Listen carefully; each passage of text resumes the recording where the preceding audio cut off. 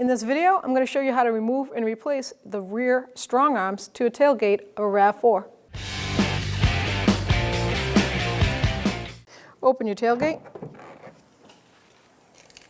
When replacing the strong arms, you do one at a time. And because there's two on this tailgate, you're going to need to support this tailgate once you get ready to take this strong arm off of the bracket.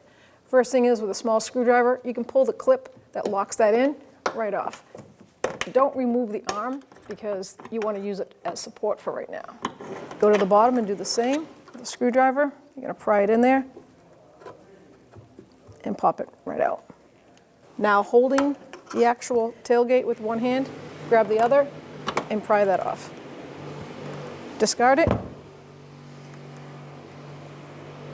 I like to pop the bottom one on, then the top one, and now you can let go. Make sure the clips are locked in and you're good to go.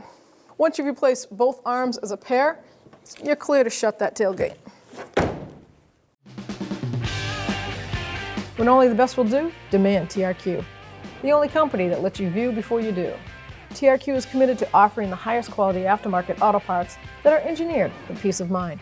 Thanks for using and viewing with TRQ.